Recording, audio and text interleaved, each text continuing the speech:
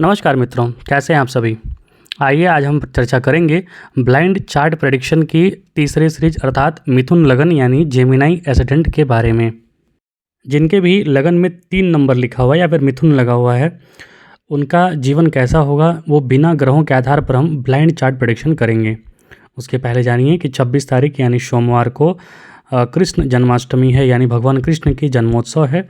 उस दिन रात्रि में कृष्ण जन्मोत्सव मनाया जाएगा। क्योंकि भगवान कृष्ण का जन्म जो है वो रोहिणी नक्षत्र में हुआ था, तो वो 26 तारीख की रात्रि में ही पड़ रहा है और वो अष्टमी भी उसी दिन है। तो आप सभी उसी दिन जो भी व्रत पूजन करते हैं आप सभी कीजिएगा। भगवान कृष्ण के मंत्रों का जाप, भगवान विष्णु के मंत्रों का जाप, विष्णु सहस्त्रनाम वगैरह जो भी पाठ कर सकते हैं आप वो कीजिए, उसका उत्तम फल की प्राप्ति होती है। आइए चर्चा करते हैं मिथुन लग्न यानी जेमिनी एसेंडेंट के बारे में। ये आप देखेंगे तो काल पुरुष की कुंडली का जो तीसरा भाव है साहस शौर्य पराक्रम द्विस्वभाव, जो कि बुध के द्वारा यानी मरकरी के द्वारा रूल होता है, वो आपके यदि लगन में आकर बैठ गया है तो आपका स्वभाव जो है वो तीसरे भाव जैसा होगा। अर्थात साहस शौर्य तो ऐसे व्यक्ति में रहता ही है, हमेशा एकदम चुलचुल, मतलब ज़्यादा बोलने वाला, छने रुष्टा छने तुष्टा। हाँ, ये होता है कि ऐसे व्यक्ति में वाणी प्रखर होता है, बोलने की क्षमता ऐसे व्यक्ति में अच्छी होती है। ये कहीं पर भी बोलता है, कहीं पर भी अपने विचारों को रखने में हिचकता नहीं है।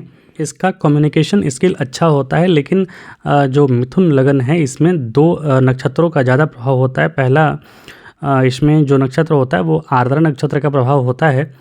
आर्द्रा नक्षत्र के पहले मृगशिरा नक्षत्र का भी प्रभाव होता है। मृगशिरा नक्षत्र, आर्द्रा नक्षत्र और पुनर्वसु नक्षत्र, ये 3 नक्षत्र इस लगन में आते हैं। तो यदि जिनका जन्म मान लीजिए आर्द्रा नक्षत्र में हुआ है तो वो राहु के प्रभाव में रहेंगे, तो ऐसा व्यक्ति वाणी का प्रयोग करेगा, टेक्नोलॉजी का इस्तेमाल करेगा, नए नए जो भी मॉडर्न डे टेक्नोलॉजी है उसका प्रयोग करेगा, उनकी बातों को करेगा, राजनीति की बातें वो ज़्यादा करेगा, मतलब बोलेगा। इतना तो आप श्योर शॉर्ट मान के चलिए। लेकिन इसका जन्म यदि पुनर्वसु नक्षत्र में है तो ऐसा व्यक्ति भी बोलेगा। लेकिन पुनर्वसु नक्षत्र चूँकि बृहस्पति देवता का नक्षत्र होता है, ज्ञान का नक्षत्र होता है, तो ऐसा व्यक्ति ज्ञानवान होते हुए थोड़ा गूढ़ रहस्य वाली बातें भी बोलता है।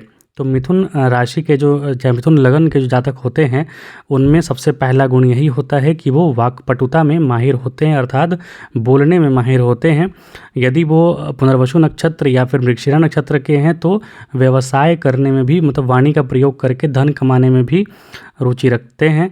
यदि आर्द्रा नक्षत्र का है तो ऐसा व्यक्ति भी धन कमाने की ओर जाने का प्रयास करेगा वाणी से, लेकिन यहाँ पर थोड़ा झूठ भी बोल सकता है वो, यदि यहाँ पर पीड़ित हो जाएगा तो। बुध पीड़ित हो तो झूठ भी बोल सकता है क्योंकि ये राहु का नक्षत्र है। तो यहाँ पर वाणी को थोड़ा संयम आपको रखना होगा। आप वैसे भी देखेंगे तो 3 प्रकार की राशियाँ होती हैं, एक चर, एक स्थिर और दूसरा 2 स्वभाव राशि, द्विस्वभाव। तो जैसे मेष राशि जो था, वो मेष लगन जो था वो चर था, तो वहाँ पे व्यक्ति हड़बड़ाता है, जल्दी जल्दी कार्य करता है, हमेशा चलता फिरता रहता है, मतलब वाणी स्थिर नहीं रहती है या फिर बुद्धि स्थिर नहीं रहती है। दूसरा जो वृष लगन था वो स्थिर राशि में आता है, तो ऐसे राशि में बहुत ही सोच समझ के अच्छा व्यक्ति बोलता है, सोचता है, समझता है और धीरे धीरे आराम से अपनी बातों को रखता है। लेकिन ये जो मिथुन राशि की या फिर मिथुन लगन के जातक होते हैं इनमें 2 स्वभाव होता है, अर्थात ये इनके मन में 2 विचार, 2 फाड़ हमेशा चलता रहता है। ऐसे जातकों को आप दोहरे विचार में हमेशा देखेंगे, अर्थात वो दुविधा में फंसा हुआ रहता है, तो उसे निकलने की आवश्यकता होती है। अब यहाँ पे देखेंगे तो काल पुरुष की जो चौथी राशि थी माता भूमि पहन की, वो आकर परिवार में बस गया है, बैठ गया है। तो ऐसे व्यक्ति को पैतृक संपत्ति वगैरह जो है वो माता से भी प्राप्त होता है, या फिर माता के जो घर वाले होते हैं उनसे थोड़ा उसकी अच्छी बनती है। मामा घर से, नाना घर से उसका अच्छा बनता है, वहाँ पे जाता है, आता है, उससे कुछ लाभ इसको प्राप्त हो सकता है। यदि ये माता का सेवा करता रहे, माता के चरण स्पर्श करता रहे, तो इसे जो अचल संपत्ति है, चल संपत्ति है या फिर द्रव्य की कोई कमी नहीं होती है। वैसे भी कहा जाता है कि यदि आप चंद्र देवदास देखेंगे तो माता की सेवा करने से, माता को प्रणाम करने से, उनकी आशीर्वाद लेने से धन प्राप्ति होता है। सूर्य देवता की प्रधानता है, तो पिता को प्रणाम करने से, पिता की आशीर्वाद लेने से धन की प्राप्ति होती है। इस व्यक्ति में, मतलब जो मिथुन लगन होता है, ऐसे व्यक्ति में साहस शौर्य, मतलब ये काफ़ी निडर प्रकार के होते हैं। क्योंकि अगर आप देखेंगे तो एक तो कालपुरुष की तीसरी राशि जो साहस शौर्य का है वो लगन में बैठा हुआ है, वही आपकी इंट्रिंसिक गुण है आपके अंदर का। और साथ ही साथ जो यहाँ पर साहस और पराक्रम का जो स्वामी भाव है, तीसरा भाव, यहाँ पर 5 नंबर की राशि बैठी है, अर्थात सिंह राशि बैठा है सूर्य देवता का। तो ये व्यक्ति में एक कॉन्फिडेंस भी होता है। यदि सूर्य यहाँ पर कहीं पर से भी पीड़ित न हो तो ऐसा व्यक्ति काफ़ी कॉन्फिडेंस होता है। वो अपनी बात को, अपनी कार्य को, अपनी जो भी क्षमता होता है, जो भी उसके अंदर गुण होता है, वो लोगों तक पहुँचाने में झिझकता नहीं है, हिचकता नहीं है। हाँ, लेकिन यदि चतुर्थ भाव में देखेंगे तो छठा भाव, जो कालपुरुष की छठी राशि जो थी, वो यहाँ पर आके बैठ गई है। तो माता, भूमि, भवन, वाहन से इनका सुख तो मिलेगा, इन्हें साथ मिलेगा, लेकिन संघर्ष यहाँ पर बना रहेगा। ये संघर्ष के उपरांत मिलेगा, याद रखिए। वाणी से संघर्ष हो सकता है और बेहतर यही है कि व्यक्ति डिप्लोमेटिक बने, तो वाणी से ही करके अपना जो भी परेशानी है, जो भी विवाद है, वो सुलझाए तो ज़्यादा बेहतर।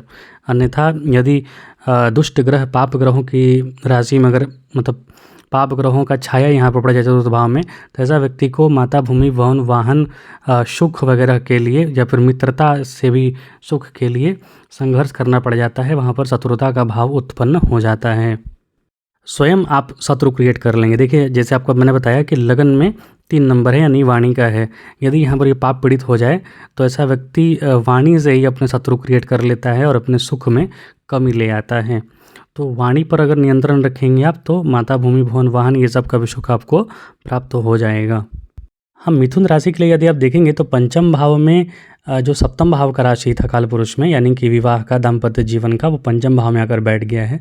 तो ऐसे व्यक्ति को बहुत जल्दी जल्दी प्रेम होता है और बहुत जल्दी जल्दी प्रेम टूटता भी है। क्योंकि यहाँ पर ध्यान देंगे आप तो प्रेम का राशि पड़ गया है पंचम भाव, और वहाँ पर विवाह का राशि आकर बैठ गया है। तो यहाँ पर प्रेम विवाह के भी योग बन जाते हैं। यदि पंचम भाव शुक्र यहाँ पर साथ दे तो व्यक्ति का प्रेम विवाह भी हो सकता है। अन्यथा प्रेम तो ऐसे व्यक्ति के बहुत होते ही हैं, इसमें कहीं कोई दो मत नहीं है। काल पुरुष की 8वीं राशि जो गुप्त राशि होती है, गुप्त भाव होता है, वो यहाँ पर छठे भाव में जाकर बैठ गया है। तो ऐसे व्यक्ति को गुप्त रूप से रोग, गुप्त रूप से शत्रु, गुप्त रूप से ऋण वगैरह जो है परेशान करते हैं ऐसे व्यक्ति को। तो सावधानी और सतर्कता बरते। ज़रूरी नहीं है कि सामने से जो मीठा मीठा बोल रहा हो या फिर आपके अच्छे के लिए आप सोच रहे हो कि वो मेरे अच्छे के लिए सोच रहा है, वो हो नहीं सकता है।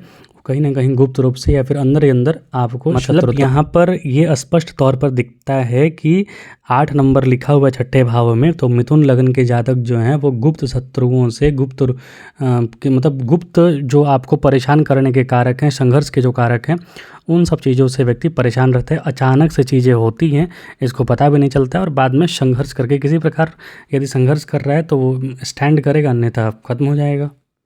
हाँ, यहाँ पर एक चीज़ अच्छा है कि काल पुरुष का जो भाग्य भाव का स्वामी है वो सप्तम भाव में आकर बैठा है। तो ऐसे व्यक्ति को जो दाम्पत्य मतलब सामने वाला जो पार्टनर मिलता है, पति या पत्नी जो भी हो, वो थोड़ा धार्मिक मिलता है या मिलती है और ऐसे व्यक्ति का साथ देती है। साथ ही साथ आर्थिक और आध्यात्मिक दोनों उन्नति में यहाँ पर साथ मिलता है। यदि आप धार्मिक नहीं हैं तो समझ लीजिए कि आपका खटपट अपने सामने वाले से बिल्कुल होगा। स्पिरिचुअल आपको होना पड़ेगा। सामने वाला आपको स्पिरिचुअल बनाने का, धर्म से जोड़ने का, धर्म के मार्ग पर चलाने का पूरा प्रयास करेगा। काल पुरुष की 10वीं राशि जो है, जो कर्म क्षेत्र का, कर्म का, नाम का, यश का जो राशि है, वो अष्टम भाव में जाकर बैठ गया है। तो ऐसा व्यक्ति जो है ज्योतिषी जरूर जानता है, गुण विद्याओं को जरूर जानता है। जो भी साइंटिस्ट वगैरह जो होते हैं या फिर रिसर्च फील्ड में होते हैं या फिर ज्योतिष वगैरह जो होते हैं, मतलब जो गूढ़ विद्याओं का ज्ञाता हो, वेद का ज्ञाता हो, धर्म का ज्ञाता हो, ऐसा व्यक्ति होता है। और उसी को बहुत सारे लोग अपना व्यवसाय भी बना लेते हैं, उससे धन प्राप्ति भी करते हैं। मतलब ज्योतिषी जरूर होता है, मतलब गूढ़ विद्या, तंत्र वंत्र, मतलब कुछ भी जो कि गूढ़ माना जाता है। गूढ़ मतलब कि हिडन रहस्यों को जानता है, उन्हीं को ये, जैसे ज़मीन के नीचे का व्यवसाय करेगा या फिर आप देखेंगे कि खनन विद्या, ये सब जो होता है उनका व्यवसाय करता है। इनके लिए एक चीज़ बहुत अच्छा है, काल पुरुष की जो 11वीं राशि है, लाभ का राशि है, मित्रता का राशि है, सामाजिक फैलाव का राशि है, वो इनके भाग्य भाव में बैठता है। तो भाग्य और द्रव्य दोनों का इन्हें साथ ज़रूर मिलता है। एक चीज़ ये है कि इनकी जो काल पुरुष की 12वीं राशि है, जो व्यय का है, विदेश का है, वो इनके 10वें भाव में आकर बैठ गया है। तो ऐसा व्यक्ति कर्म क्षेत्र से संबंधित विदेश यात्रा, या फिर विदेश कहने का मतलब कि अपने जन्म स्थान से दूर की यात्रा जरूर करता है, और वो उसके लिए लाभदायक होता है और वहाँ पर उसका खर्च वगैरह भी होता है। इसीलिए मैंने कहा ना कि जब इनका जो काल पुरुष की जो प्रथम राशि थी वो 11वें में चला गया है, तो जाहिर सी बात है कि यहाँ पर इनका जो आय का क्षेत्र बनेगा वो और सबकी तुलना में पेक्युलर बनेगा। जैसे बहुत सारे आप देखेंगे कि यूट्यूब वगैरह से लोग पहले नहीं कमाते थे, लेकिन यूट्यूब वगैरह से कमा रहे हैं लोग। मतलब एक जो पारंपरिक तरीके से लोग कमाते हैं, चावल बेच के, गेहूँ बेच के, पहले किसानी से कमाते थे। तो ये जो मिथुन राशि के जातक होते हैं, ये अपना धन कमाने का नया तरीका ढूंढते हैं ये लोग, और इनको नया तरीका मिलता भी है, नया तरीका ईजाद होता है। बहुत सारे लोग आप उम्मीद नहीं करते होंगे कि इस क्षेत्र से भी पैसा कमाया जा सकता है। मतलब अनट्रेवल्ड पाथ पर चल के ये धन कमा सकते हैं मिथुन राशि के जातक, क्योंकि धन लाभ का जो स्वामी है इनका 1 नंबर बैठा हुआ है वहाँ पर 11वें भाव में। उसी प्रकार देखेंगे कि आप 12वें भाव में इनका वृष राशि बैठा हुआ है, तो वहाँ पर थोड़ा इनको लाभ यह होता है कि बहुत ज़्यादा धन खर्च इनका नहीं होता है, सिर्फ अपने पे खर्च होता है या धर्म कर्म पे खर्च होता है। हालांकि यदि दिनचर्या दिन की खराब है तब स्वास्थ्य पे खराब हो सकता है, अन्यथा इनका स्वास्थ्य बहुत जल्दी खराब नहीं होता है। तो कुल मिलाकर देखेंगे तो मिथुन राशि के जो जातक होते हैं ना, वो साहस, शौर्य, पराक्रम, वाणी वगैरह इनका काफ़ी प्रबल होता है, प्रखर होता है, क्योंकि तीसरा भाव ही इनका लगन में आकर बैठ गया है। ये लगभग ब्लैंक चार्ट प्रेडिक्शन संक्षिप्त में मैंने आपको मिथुन लगन या फिर मिथुन राशि का बताया। शीघ्र ही मैं आपको कर्क लगन का लेकर आऊँगा। अगर कुछ त्रुटि लग रहा है तो आप कमेंट बॉक्स में लिखिए, और अच्छा लग रहा है तो चैनल को लाइक से सब्सक्राइब जरूर कीजिए। जय हिंद, जय श्री राम।